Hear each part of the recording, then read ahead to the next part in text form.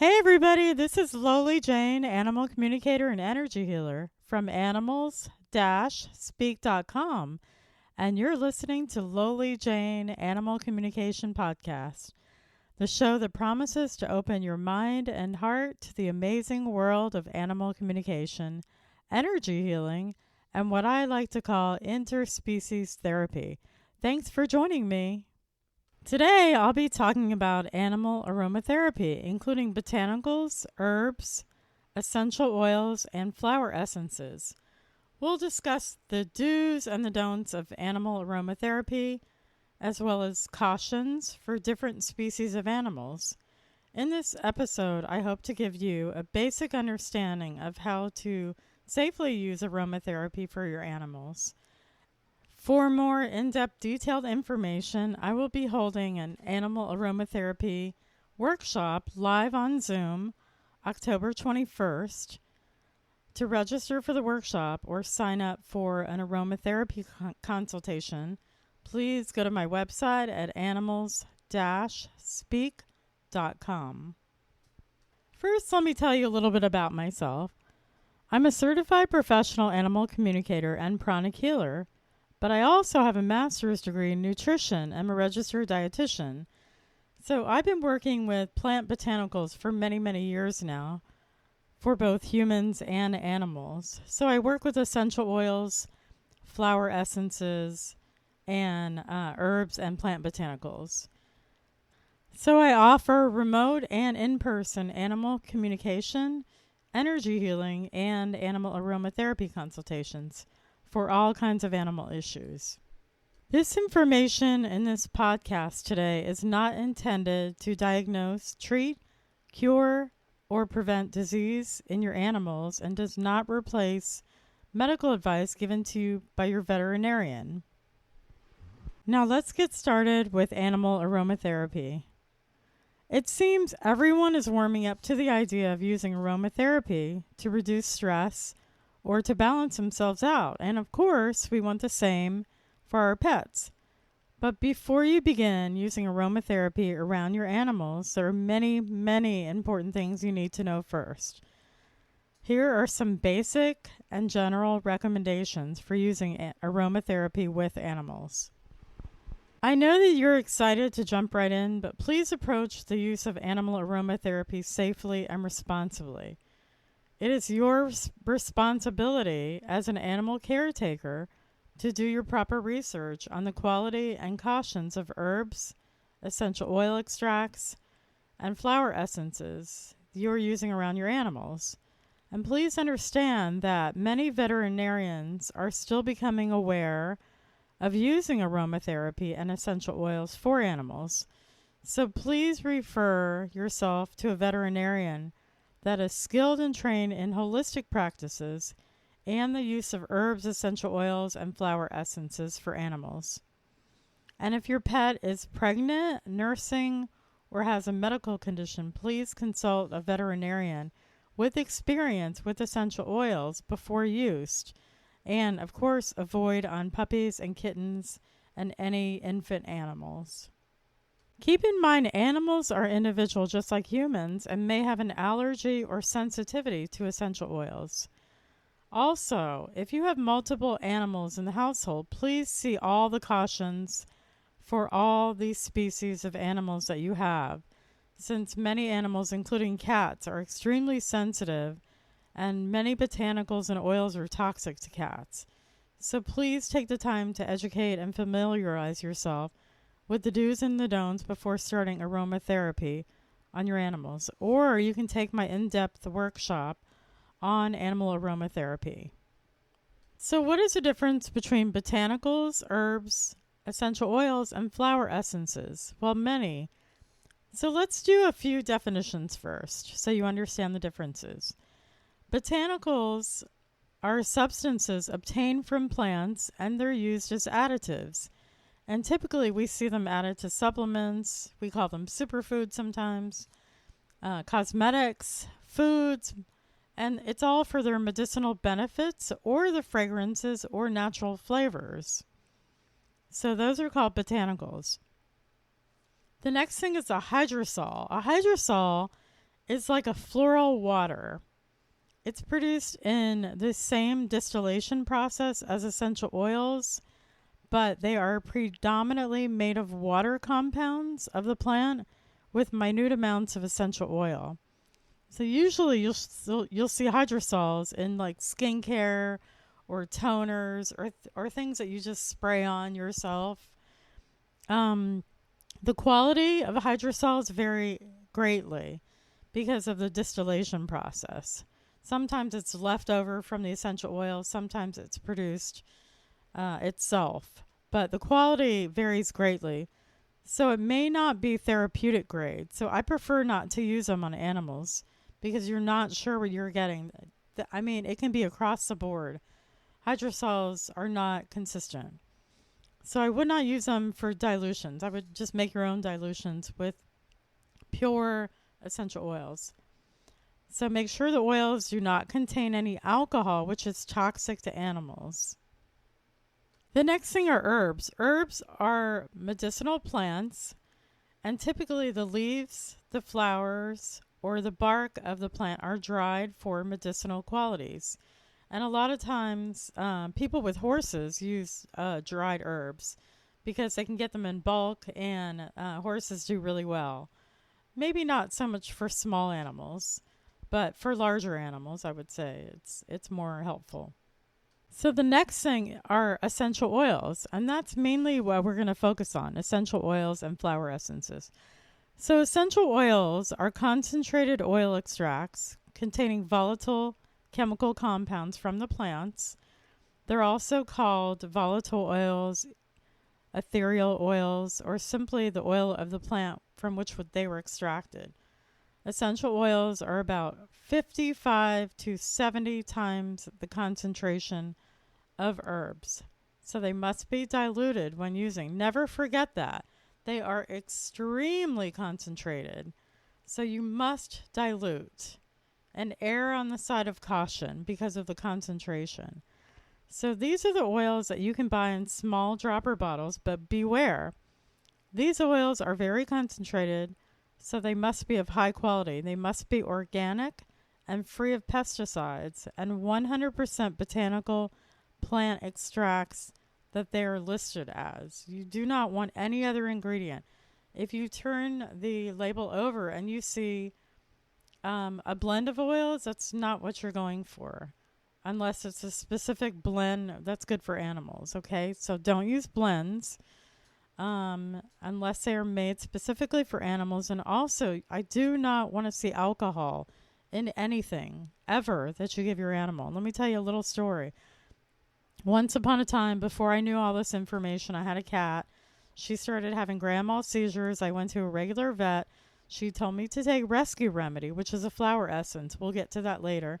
But she told me to take Rescue Remedy, which is a spray, to calm her down. She said, you can take it and then put it in your animal's water.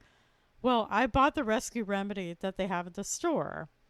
Well, lo and behold, it had alcohol in it. I did not know alcohol was poisonous and toxic to animals. She never told me this, and I never knew to ask. So I basically caused kidney failure in one of my animals. I had to give her fluids for the next 2 years of her life to stay alive. So please do not use alcohol in any way, shape, or form ever with animals. It is extremely toxic. They cannot metabolize it. So make sure it's alcohol free. So again, since these are highly concentrated essential oils, you must dilute them. And when using them on animals, although there are many different brands, the quality is not always the same. I personally use Young Living oils because they are organic, pure, concentrated, 100% therapeutic grade. You want to look for therapeutic grade botanical extracts. And Young Living also has an entire line of animal products which can be used on dogs and larger animals that are vet approved. They are already veterinarian approved. Do not use them on cats. The next thing is a carrier oil. This is an edible oil such as fractionated coconut oil. The next thing are called flower essences. So, flower essences are a form of herbal medicine and contain the vibrational frequency or energy of specific flowers. So, flower essences are used for removing and improving negative thoughts and negative emotions, and they work in almost magical, wondrous ways. They're not as strong as essential oils, they're much more mild, so you don't see the allergic reaction. So, I like the flower essences to help animals with trauma, with different emotional issues and to make sure that, again, like I said, those oils do not contain any alcohol because some flower essences are mixed with alcohol. So you have to get the alcohol free kind. Now, when using any of the aromatherapy products that we are going to discuss, you must understand the difference between the application processes. There is something called topical, something called aromatic, and then internal use. So let me tell you the differences. So topical is to be applied externally only, not to be taken internally. So that's an external application. You know, when we talk about topical, we talk about either rubbing in or spraying on. So anything applied to the outside of the body. And the next thing is aromatic. Aromatic means inhaling the scent. And you could be inhaling the scent by using a diffuser or having a diffuser somewhere in the room or even like a misting spray bottle. That is aromatic. And then we have what is called internal. Internal is to be taken orally by mouth in food or water. Oils and botanicals must be food grade. So you remember I talked about therapeutic grade? Therapeutic grade means it's pure and concentrated. But food grade means it's allowed to be taken orally. So if you are ingesting something, even if you're taking it as a human or giving it to your animals, they must be food grade because not all essential oils are meant to be taken orally. And you have to take this seriously. So generally speaking, this is a method not recommended for most oils since they are not food grade. And you have to check with a knowledgeable veterinarian before having your pet ingest anything orally, especially if they're doing other treatments like taking medications. There is a food drug interaction and also essential oil drug interactions with certain medications and certain treatments. So you need to check with your veterinarian ever before giving your animal anything orally, okay? The reason that I like Young Living oils is because they label each oil as topical, aromatic, or internal. So you have a symbol, T for topical, A for aromatic, and I for internal use to know what it's for. And then they also mark the food grade ones as food grade. They're actually food supplements. And it's kind of like the idea of spices, but they're in oil form. Okay? So now let's talk about recommendations and cautions. Aromatherapy for animals is very species specific. So this means you have to look up the cautions and all the rules of dilution and everything else for each species of animal that you have. That's why if you have a household with multiple animals in it, you need to check the charts and maybe take my workshop, check the charts, check the information for each of your animal species in the whole house, because even if you're not diffusing it in the air, even if you rub it on one animal, the animals play together. They may get it on the bedding, they may get it on the furniture, they may get it on you, on your clothing, and somehow they're going to share it. And they also lick themselves. You cannot control grooming habits. So if it's on one animal, it's probably going to end up on another animal or on the furniture, okay? So please keep that in mind. And please err on the side of caution. So again, the recommendations and cautions for animal aromatherapy are species specific, may vary a lot depending on the species of your animal, and even in the same household, essential oils, botanicals, cosmetics, cleaning products can be toxic and fatal to animals, especially cats. So a lot of things that we have in the house that are scented are usually not real scents, and they're synthetic, and those are very harmful to animals, especially those plug-in air fresheners, which are kind of animal level, and the animal is inhaling that. Those are not botanicals. Those are chemicals made in a lab to smell like a certain scent. Sometimes they have real stuff in it, but they also have a lot of chemicals in it. Even if they have a botanical extract in it, that's real. They also have a lot of chemicals. So I definitely would not recommend using anything like that at all in your home. And also cleaning products. So there's a lot of cosmetic and cleaning products that have different chemicals in it or different oils in them.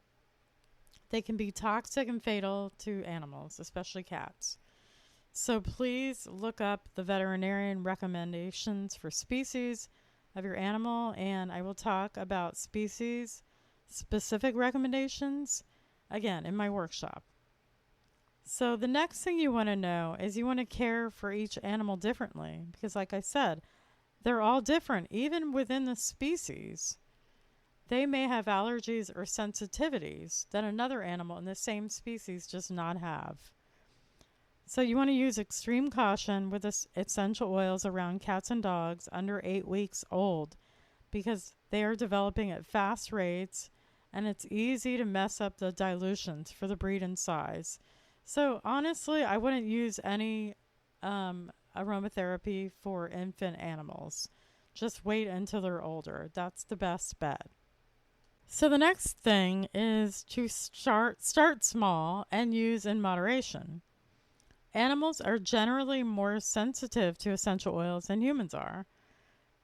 They're smaller than us. It's best to use in moderation. I always start with the smaller dilutions, and you want to heavily dilute the concentrated essential oils with either an edible carrier oil like the fractionated coconut or water. And some animals can only use water, and we'll talk about that. Okay, so make sure you listen to this entire podcast and not parts of it. Please, please be safe. So again, they're going to groom and they're going to lick themselves. So even if you do a topical application, you cannot control them licking it off and ingesting it orally. So be careful about that. Okay. The next thing we want to talk about is acclimating your animal and observing for sensitivities and allergies. So after you dilute the formulas, you're going to want to acclimate them for the botanicals or oils that you're going to be using. Your pets may need some time to adjust to the new scents and sensations of the essential oils. Use these tips to introduce your pets and animals to essential oils so there's more ease and comfort. Every animal has individual sensitivities and or allergies. So carefully observe your animal and how they respond to the oils. Just because they're botanicals and flower essences and natural does not mean there cannot be an allergic reaction or a sensitivity. Personally speaking, I use the oils all the time on myself. I'm a large human and I have major allergic reactions if I use the oils concentrated without diluting them. I have a rash for like a whole week if I use the oil. So I can only imagine like a smaller animal. So please be careful. So you want to start slowly and you want to observe how your animal responds and any kind of allergic reaction or sensitivity. Use your common sense and good judgment as you try out different methods. You also want to you can find out what the allowed essential oils are in your list, in your species specific list.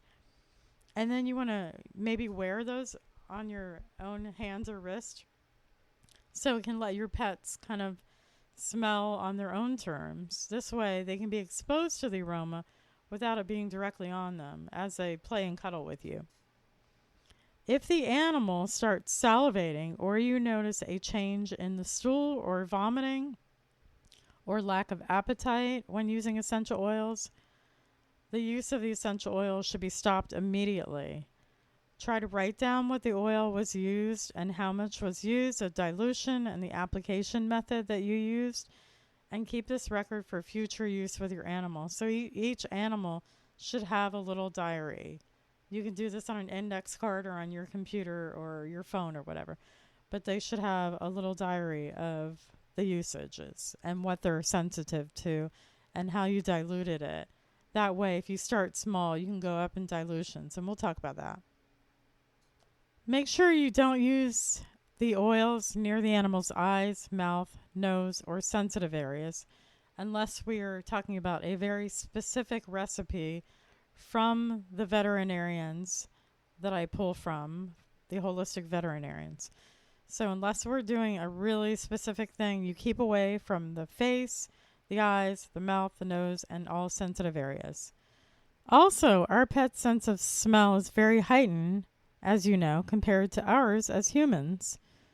So you want to use special cautions with animals, especially cats, and essential oils. With cats, we'll talk about the specifics, but make sure to consult your veterinarian with any essential oil before using them around your feline friends. You don't want to use hot oils such as wintergreen or peppermint, or high phenol oils such as oregano, wintergreen, clove, mountain savory, and thyme. Especially important not to use around cats. This is not a complete list. We're going to go a little bit more into the specifics, but please continue to listen to the podcast until we talk about the species-specific cautions and oils to avoid. Now, let's talk about the 3 methods of using essential oils. As we mentioned, the 3 uses are aromatic, topical, and internal. We will discuss the do's and the don'ts of each method. So first, let's explore internal or oral use. Please consult with a veterinarian before administering oils or fresh or dried herbs internally to your pets in their food or water. Remember, just because it's natural or safe for humans does not mean it's safe for your specific type of animal. And again, remember I mentioned therapeutic grade. So not all therapeutic grade essential oils are food grade and not safe for internal consumption. Most brands are only made for topical or aromatic use only. You will see that on the label. They are not meant for oral consumption. Even if they are an approved herb for the species of animal you have, they have to be food grade. So you need to please check the labels for food grade. Young Living makes food grade and non-food grade. So they have both. So it'll say on the label if it's food grade. So many concentrated oils are not organic, as I mentioned, and because they're so concentrated, so are the pesticides. It's almost like taking food and dehydrating it. So dehydrated food is going to have a lot more concentrated pesticides than something that has the water in it. So it's the same thing with essential oils. If it's a highly concentrated extract from a distillation process, then so is the pesticide to go along with it. So it must be organic. I would not use anything on myself or on animals with this concentration without it being organic. So make sure you know your source. In addition, even if you have a food grade essential oil, they're extremely concentrated and can still give your animal an adverse reaction. Like I said, everybody's an individual. All the animals are individuals. Some have more sensitivities to one thing or allergies to another thing. So each animal is going to be looked at individually and observed individually. So for oral use, I personally use, as I mentioned, the Young Living, the ones that are marked food grade. Otherwise, I do not ingest them. If you have discussed using essential oils or herbs orally with your vet, and you choose to mix essential oils with your pet's food or water, keep in mind that the smell may make the food undesirable to the pet. And this is especially true for the cats. And again, even if you apply the oils topically, like we mentioned, to the areas of their body on the outside, they can still lick and groom and likely consume some of the essential oils. And so be sure that you dilute them heavily, and so the amount that your pet licks is very minimal. You could also use one of those collars, after applying the essential oils, and then when it's done, you can wipe it off if it's not an open wound or something. Depends on the area that you're putting it on. And a lot of it's going to absorb, but you can also wipe some off. Sometimes your pets know best. Please never force your pets to consume food or water mixed with essential oils because they will automatically have an aversion to something. Next, let's talk about aromatic application using a diffuser. So please note that, again, I think I may mention things multiple times here, but I feel like it's important for me to be a little bit repetitive and redundant so you hear some of these warning messages, okay? I never want to harm animals. I never want to harm your animals. And I'd rather you be on the safety, cautious side, okay? So I apologize if I sound redundant and sometimes, but it's really important to hear this stuff. And that's why this podcast is basic information. You do not have it in writing to refer back to. And so if you're going to administer essential oils to your animals, please, please take my workshop. Okay? So let's talk about using a diffuser. So again, the commercial plug-in aerosol air fresheners, they're not made with plant botanicals most of the time. They are lab-made artificial fragrances and chemicals, and they're highly, highly toxic to animals. This is not the same thing as using a diffuser with essential oils. Completely different, okay? So the Febreze, all the room sprays and all that stuff, the fake candles and the plug-in air fresheners, they're really toxic, and I've heard of animals dying from them. I do not want that to happen to your animal, and especially because they're at a low level in your house where your animals walk around and inhale them. Okay, so we're going to talk about diffusing with actual essential oils from the plant botanicals, not anything artificial. Okay, so first rule is diffusing with real botanical-based essential oils can be highly beneficial, but as we mentioned, for some species, especially cats, can be toxic and even fatal. So you have to look up your species and type of animal that you have. Please carefully read and follow all species-specific guidelines we will discuss. I do not recommend using the diffuser method for a multiple animal household, since essential oils being diffused throughout the air can be highly toxic to one or more of the animals in your home.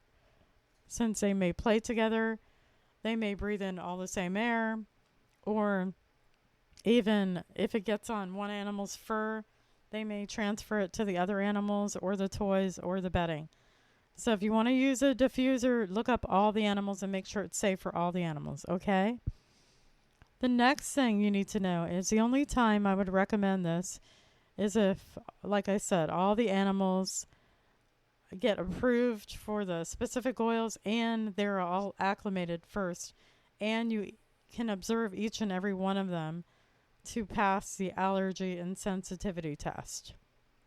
And if they're all okay and they're all cleared and it's on the allowed list for all of them, then go ahead. But watch the dilutions, okay?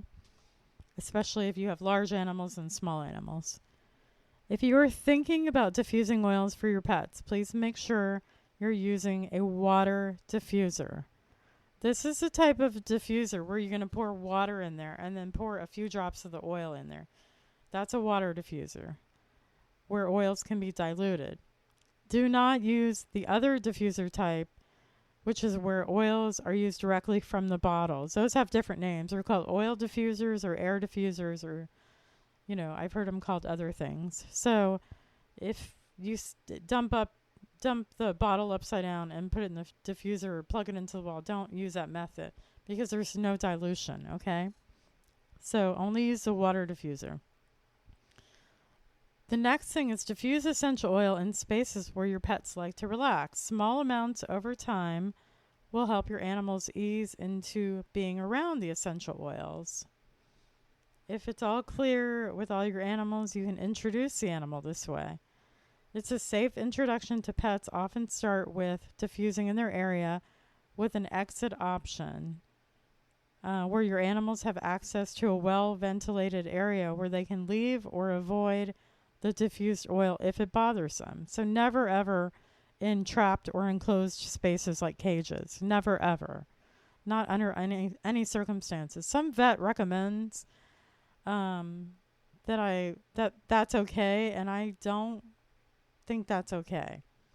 Because again, even if the animal is in a book safe for an animal, what if your animal has an allergic reaction and is inside the cage? So me personally, I would not do it in any enclosed space where they cannot get away, especially birds. So diffusing also gives the animals a low concentration of the essential oil into the airspace and is a good place to start. So closely watch for signs of irritation, including whining, sniffing, nervousness, excessive scratching while diffusing around them. And if your pets get jittery or resistant to the oils, don't try to force your pets to stay around you or the oils and the area that you're diffusing. So let your pets walk away if they need to. They may start sneezing. They may have irritation. So please make sure to use the essential oils that are 100% plant extract, named on the bottle, and not blends unless they're made for animals, so that you can dilute them yourself. Okay, and no alcohol. Please, no alcohol. So do not use blends unless they're made for the specific species of the animal or made for animals. Dilute the oils by using 1 to 4 drops of essential oil filled with water up to the water line. So you're going to fill your water diffuser up to your water line, and then you're going to start with 1, and then when they get used to it, you can add, if all the animals are good with it, you can add 2. I always start at the bottom. Start small and then go up. Okay, so 1 to 4 drops max. And then the important thing is to keep it away from them. So place the diffuser away from the animals, not in their direct path. And please don't put it near their face, eyes, nose, mouth, or sensitive areas. So you're going to want to put it in an elevated spot away from the animals so they cannot dump it over and lick the water, because it's not something, if you spill it, it will fall over and dump the water with the oil all over the place. It's not locked into place. And you want to place it up high, obviously, to an area that animals and cats cannot jump to it. Okay, so something away from a cat jumping and knocking it over. You don't want to come back to an animal that has dumped over the diffuser and drank and licked all the water. Now let's discuss topical or external use using a carrier oil. So unless otherwise directed by your veterinarian, use extreme caution daily use of essential oils with cats especially. You know, you may not want to use it every day, daily, okay, depending on how sensitive they are. Now, before applying to your animal topically, you want to dilute the concentrated essential oils either with water in a spray bottle or an edible carrier oil like cold pressed fractionated coconut oil or extra virgin olive oil, but not with birds. You're not going to use a carrier oil with birds ever. You're going to use water, and we will talk about that. So you do not want to put greasy oil all over the bird's feathers. And fractionated coconut oil, like I mentioned, has some very good research behind it and shows less of an allergic reaction than the regular coconut oil. So that's a good place to start and to use. So your animal's size and species affects the amount of oil that you should use and how much you should dilute for topical applications. So we'll talk about different topical applications. So let's talk about using a misting or spritzing with water for topical use. So misting or spritzing is still considered topical and a great way to dilute and apply essential oils. Birds, like I mentioned, cannot have the greasy carrier oil applied to their feathers, so water is the only method. So misting works better also for an open wound. If you have an open wound that's wet and moist, you do not want to, number one, touch it, and you don't want to touch your animal's open wound. Number two, you do not want to put a barrier of greasy oil, of carrier oil, all over that does not allow the wound to dry out and scab over. So in those instances, misting with water is ideal also, and diluting with water. Misting is also great for spraying over an incision area if you've had an animal that has had surgery with stitches. And again, you're going to look up the specific oils and don't assume all oils are good for this. The dilution recommendations come from a combination of my experience and also the holistic veterinarians Janet Rourke, DMV, and Melissa Shelton, DMV. But I would say I err on the side of caution, and I start with the mildest dilution. And I think some of the concentrations that they recommend are way too high. And I know personally, if I use those concentrations on my body, I would break out an allergic reaction. So I have lessened some of the concentrations that were too high to me because I've had years of experience working with these oils. So I made it a little bit less potent. You could always go up, start at the lowest dose and go up. So again, it also depends on the brand. So depending on the distillation process and the brand, some 100% oils are not as potent and concentrated. And I use a Young Living, so they are extremely concentrated. So that might be the differences between the recommendations between these holistic veterinarians, because it's a huge difference in recommendations. So I am giving you simplified instructions for the purpose of this podcast only today. And again, I'm going to discuss detailed dilutions in animal aromatherapy workshop that I have coming up October 21st. Okay, so I'm going to do the best I can giving you information, but this is a limited amount of time in the podcast. So for sensitive animals, start small with a misting or water dilution of 1 drop of essential oil to 1 ounce or 30 mils of water. Okay, 1 ounce is the same as 30 mils of water. For mild essential oils and large animals, you can go up to as much as 15 drops per 1 ounce of water or 30 mils. Okay, but again, just start small. It depends on the size of your animal and a lot of other things. Okay, this is a general recommendation. We will get into the more specifics. So you want to use a small or large spray bottle depending on the size of your animal. Be sure to shake up the solution before each use so you disperse the essential oil molecules. So it's not mixed together. It's not homogenized like homogenized milk. You're going to have to shake it each time. It's kind of like salad dressing. Okay, note, not all essential oils are concentrated in the same way. Young Living oils are very concentrated that I used. Most essential oils come in a dropper bottle. And if the bottle does not have a dropper top to it, if it's just wide open, you're going to want to add it because 1 drop means 1 drop. It does not mean the entire pipette, which is the glass part. Okay, 1 drop looks like a teardrop or a raindrop. That's a drop. Okay? So for avian birds, parrots, or finches, which are very sensitive birds, You want to start small. Since you don't want to apply greasy oils to weigh down their feathers, you must dilute in distilled water for misting in a small spray bottle. Use a small spray bottle since you have a small bird. And even if you have a large bird, it's still a small animal. And again, you want to avoid the face, the eyes, the beak, the nares, and any sensitive areas. For misting, you want to start small because the avian species are more sensitive than others, like I mentioned.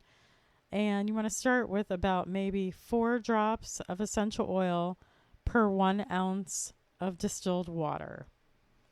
Okay, which is 30 mils, 1 ounce. So 4 drops of essential oil for 1 ounce or 30 mils of distilled water. And you can go up from there, but this is your starting point. So the concentration, we'll talk about that, but I'm not going to go into it because it's very detailed. But the concentration for these types of birds is a 1% to 5% concentration. Okay, that's the range. So that means that it's only 1% to 5% essential oil. Okay, the rest of it is carrier or water. And in the bird's case, it's water. You do not want to use any oils, any carrier oil. So for chickens and fowl, they're not as sensitive. They're less sensitive. They can tolerate higher concentrations. You can apply to their feet. And again, avoid the face, the eyes, the beaks, the nares. You may go up to as much as 15 drops for 1 ounce of water. And then for chickens, for drinking water, you can start small with 1 drop of essential oil per 1 liter of distilled water. And that's for drinking, for chickens or fowl. So next we have lizards, reptiles, and turtles. For lizards, reptiles, and turtles, you do not want to use greasy carrier oils. And instead, you want to use distilled water. So dilute 4 drops of essential oil per 1 ounce of distilled water. Next, we have rabbits. For rabbits, you want to start small with 2 drops of essential oil for 1 tablespoon of carrier oil. And the reason I said tablespoon is because you're going to make this in small batches. If we're using a carrier oil, then you're going to rub it in. It's not for spraying. And so you're not going to add a whole lot. This is an animal we're talking about. So you can make it in a little bowl or a little ramekin, and don't use anything but glass. Use glass ramekins because they can eat the way through plastic and styrofoam. Don't even use because it'll eat the styrofoam right through. So you want to use glass and 2 drops of essential oil with 1 tablespoon and a measurable tablespoon, which is 15 mils of a carrier oil. And as we mentioned, the fractionated coconut oil. After your animal gets used to the oils, you can go up to 3 drops of essential oil per 1 tablespoon of carrier oil. Okay? The next we have guinea pigs. For guinea pigs and small rodents, again, you want to start small, add 4 drops of essential oil for 1 tablespoon of carrier oil. And you can go up from there. And for chinchillas, you do not want to use a greasy carrier oil. So you want to use distilled water. So you can use 9 drops of essential oil for 1 ounce of distilled water. And again, 1 ounce is 15 mils. For cats, you want to start small with 2 drops of essential oil for 1 tablespoon of carrier oil. After your cat gets used to the oils, you can go up to 3 to 6 drops of essential oil per 1 tablespoon of carrier oil. Now for small dogs under 20 pounds, you can use 2 drops of essential oil into 1 tablespoon of carrier oil for gentle oils. For medium dogs over 20 pounds, you can use 6 drops of essential oil into 1 tablespoon carrier oil. If you're using any of those hot oils that we'll talk about, it's 2 drops to 1 tablespoon, not 6 drops. Okay? When we give the basic recommendation, it's for gentle, what we call gentle essential oils. Okay? Some animals you cannot use hot oils at all. Okay, for large dogs over 20 pounds, you can use 9 drops of essential oil for 1 tablespoon carrier oil.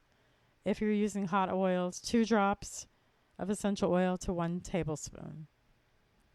For goats and sheep, you can use the human dilution formula.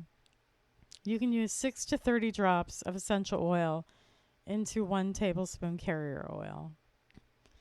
And for large animals like horses, donkeys, cattle, llamas, etc., you can use the dilution directions for human use for gentle oils. And for some sensitive skin horses or hot oils, you can use 15 to 30 drops of essential oil into 1 tablespoon of carrier oil. So horses and cattle, very large animals. Remember to avoid the animals' sensitive areas: face, eyes, mouth, and nose. Remember to use caution when using or applying essential oils to the bottoms of the animal's paw pads. Many animals sweat and rid their body of toxins through their paw pads. Contact your veterinarian for proper application practices. For cats and dogs, run the oils in your hands first, rub them in your hands, and then apply to their backs, preferably where they cannot touch themselves. And then for animals with hoofs, you're going to apply to the spine and the flanks, avoiding the face. Apply oils to places that allow them to evaporate and breathe. Do not apply oils under the tack or the saddles. And for large and hard to reach areas, you're going to apply by diluting essential oils with water in a spray bottle, like we mentioned. And especially if you have a larger animal, like a horse, that's much easier than, rubbing oils in certain spots. So you can use a larger spray bottle for a larger animal. And you use the dilutions that we mentioned above. Do not apply non-food grade essential oils to any area where your animal can lick or does grooming, since they can ingest the oil internally. So you're going to look for those food grade labels. Now let's get species specific. Let's talk about cats first, since they are the most sensitive ones. Cats are very sensitive to oils, and some oils may be toxic.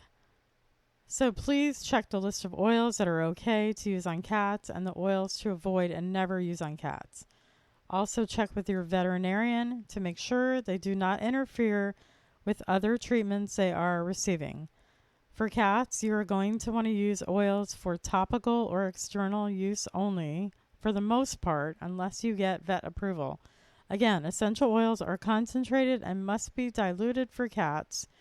Do not use oils on pregnant or nursing cats or kittens. So, avoid the following oils on cats. You want to avoid tea tree, also called melaleuca, and should never be used on or around cats. Also avoid using it on yourself if you plan to be around your cat, where your cat might get close to you or inhale or lick you, thereby ingesting the oil accidentally. It can trigger an adverse reaction that includes ataxia, which means impaired balance or coordination, lethargy, salivation, tremors, and comas.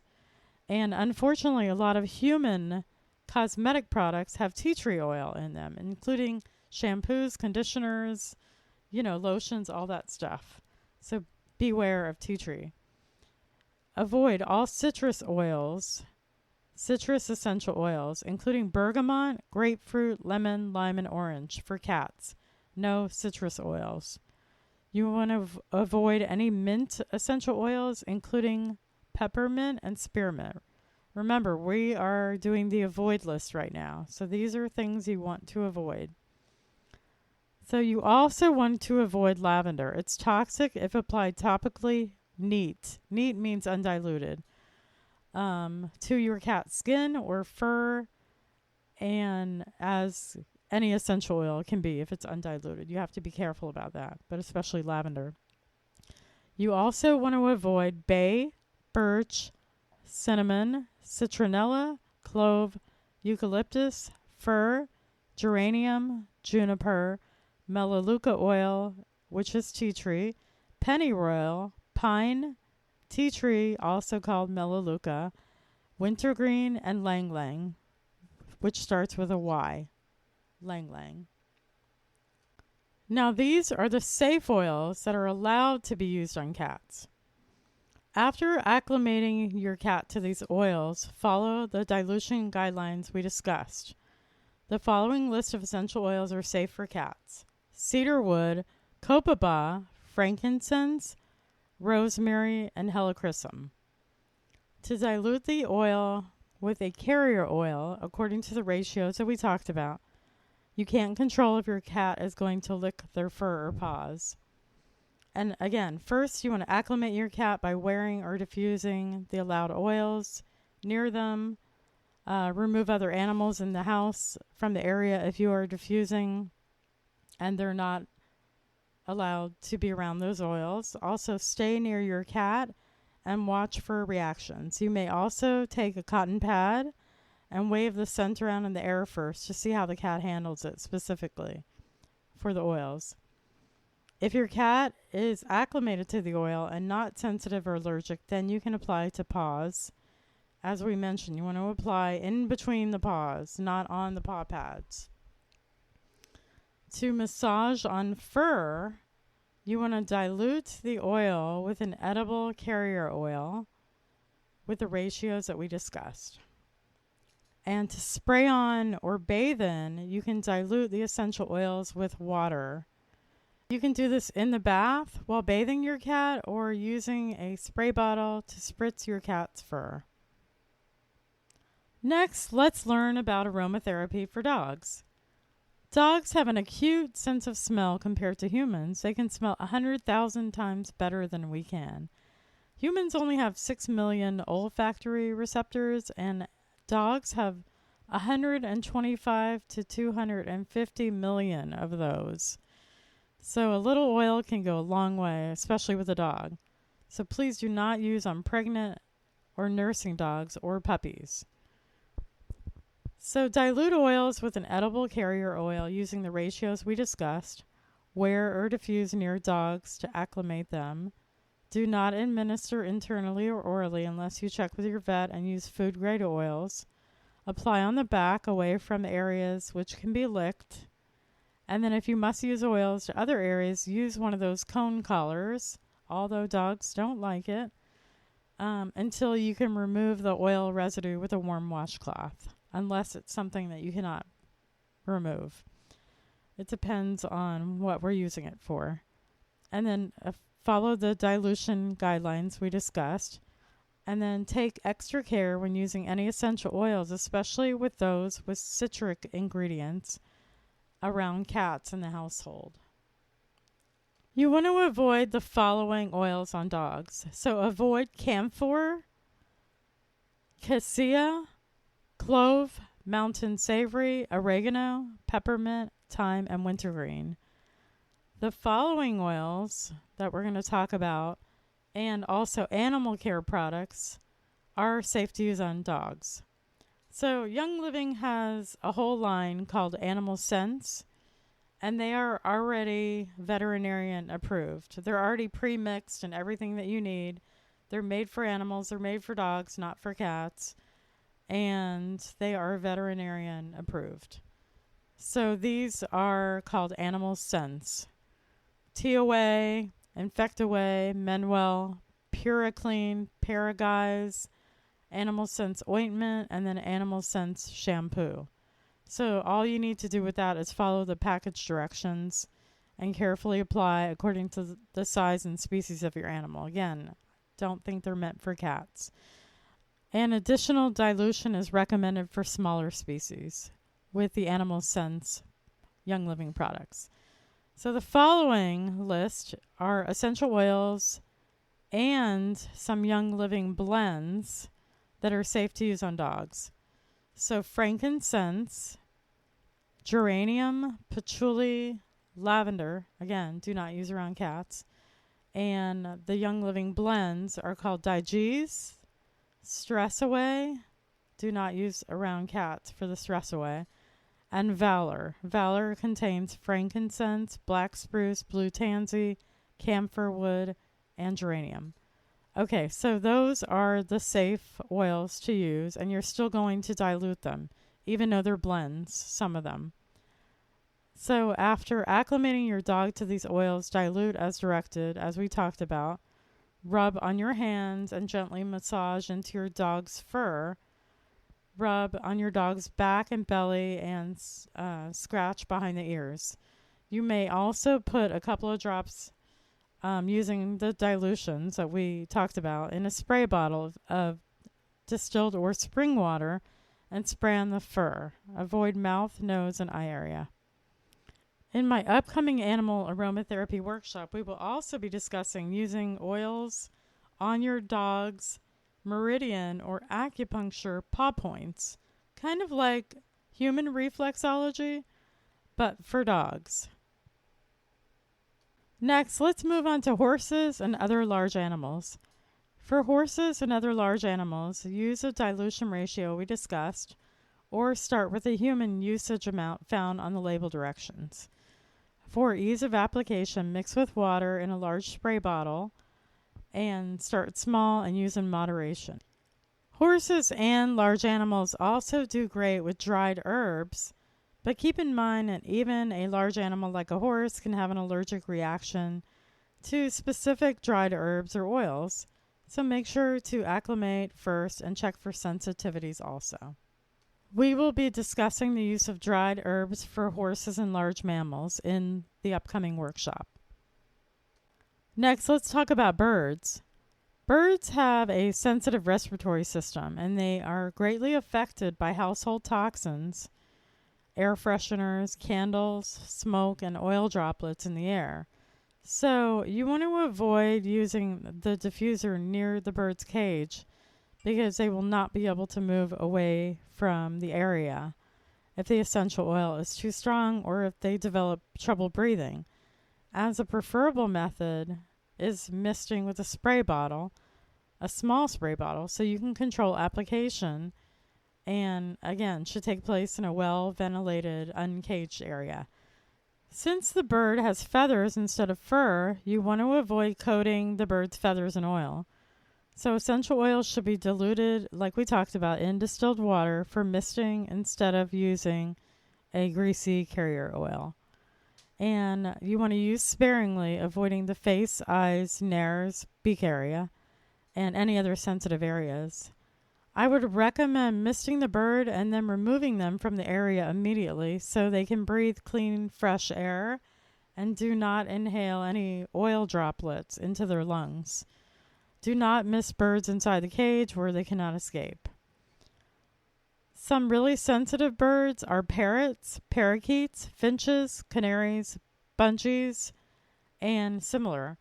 And so extreme moderation must be used. And the oils that you want to avoid on birds are the following. So you want to avoid lemongrass, clove, cinnamon bark, cinnamon leaf, mountain savory, oregano, peppermint, thyme, and wintergreen. And safe oils for birds are lavender, lemon, orange, copaiba, frankincense, helichrysum. And again, for a complete list for the avian and specific recipes for different things, you're going to have to attend my workshop. Next, let's talk about rabbits, chinchillas, guinea pigs, hamsters, or sugar gliders, also called pocket pets sometimes. So these animals have very sensitive gut digestion, and their microbiome or their gut bacteria must be maintained. So you want to avoid any kind of oils that have any kind of antibacterial property. And the oils that have antibacterial properties that you want to avoid for these animals are tea tree, oregano, cinnamon bark, cinnamon leaf, and thyme. So you want to avoid all those. And for the list of all the safe recommendations, We're going to do that in the workshop because I want to separate all the different animals, so you know specifically, because obviously that list of pocket pets is a little bit varied. So you want to dilute using the ratios we discussed, and again, avoid greasy carrier oils on the chinchilla fur, and instead you want to use a water dilution for the chinchillas. What about our pet reptiles? Avoid tree and citrus oils. Never diffuse near reptiles. Dilute using the ratios that we discussed. Keep the application area small and applied with a toothpick. So very small application area in the ratios of the dilution that we talked about. And lastly, let's not forget about our pet fishes. Never put essential oils or hydrosols, we talked about hydrosols, in the tank water. You will have a mass extinction event.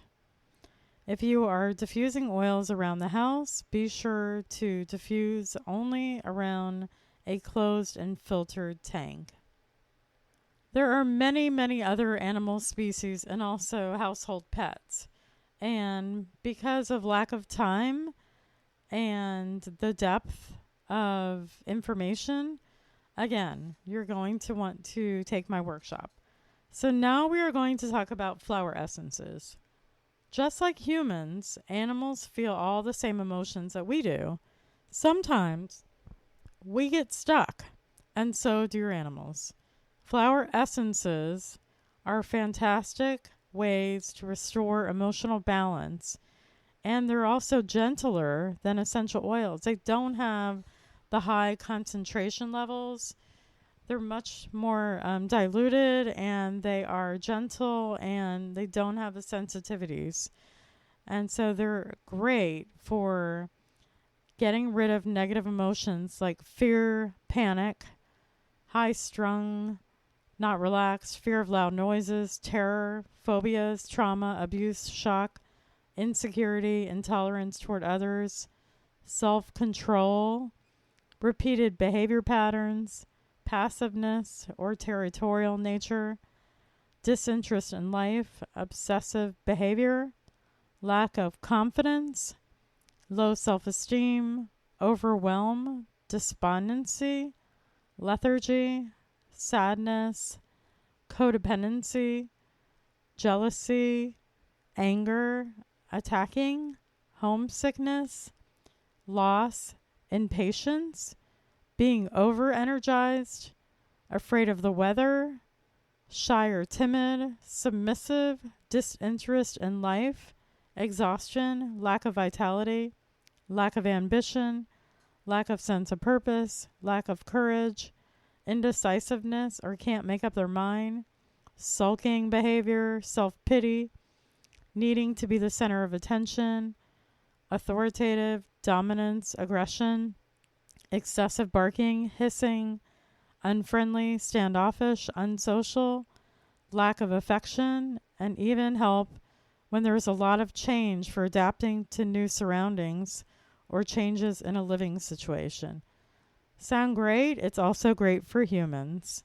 So flower essences are safe and highly effective for animals to help with emotional issues and trauma.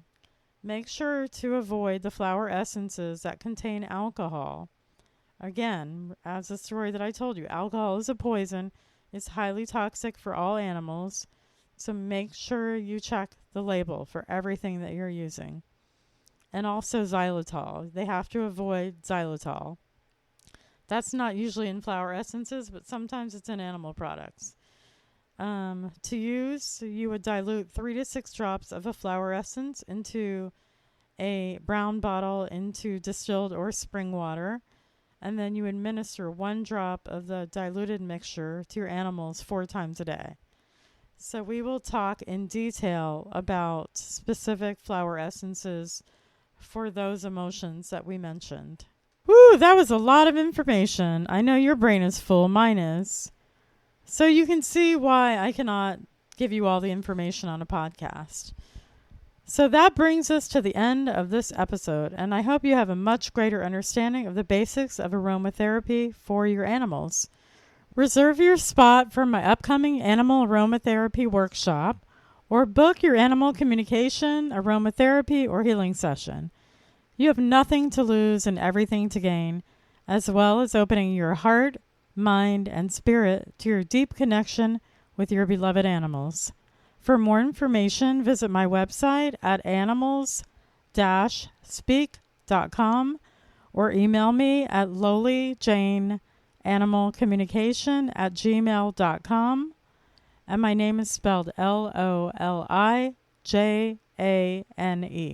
Loli Jane Animal Communication @gmail.com. And subscribe to my monthly newsletter and events and workshops. Join us next week for episode 12 on animal communication Q&A. I hope you've enjoyed this podcast and were as amazed as I was when I first learned about animal aromatherapy, animal communication, and energy healing. If you enjoyed our show, please rate and review us on Apple Podcast and follow and subscribe for exclusive content. As always, love and gratitude for listening to the Loli Jane Animal Communication and Healing Podcast. This is Loli Jane. These statements have not been evaluated by the FDA. This information is not intended to diagnose, treat, cure, or prevent disease. The information in this podcast is for informational purposes only and does not replace medical advice given to you by your veterinarian. Contact your veterinarian if your animal has a medical condition. This podcast was created, produced, recorded, researched, and edited by Loli Jane, and it's a product of Loli Jane Animal Communication and Healing.